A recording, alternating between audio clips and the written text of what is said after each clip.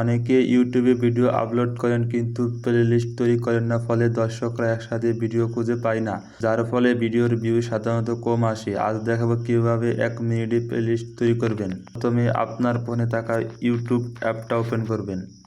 তারপর আপনার ইউটিউব চ্যানেলের প্রোফাইল আইকনে ক্লিক করে দেবেন। তারপর উপরে দেখুন একটা প্লাস আইকন আছে, এখানে ক্লিক করে দেবেন।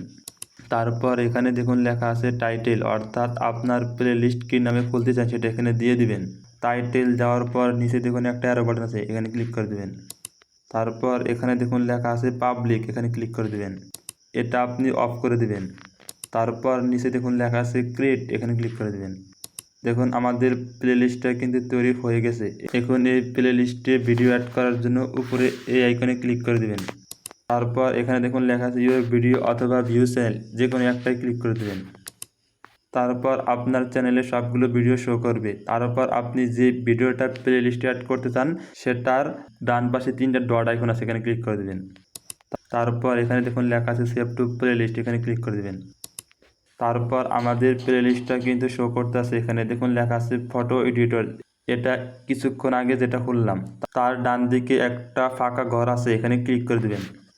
ক্লিক করে দিলে আমাদের ফটোটা কিন্তু প্লেলিস্ট আকার হয়ে গেছে। এখন প্লেলিস্টটা দেখার জন্য উপরে প্লেলিস্টে ক্লিক করে দেবেন।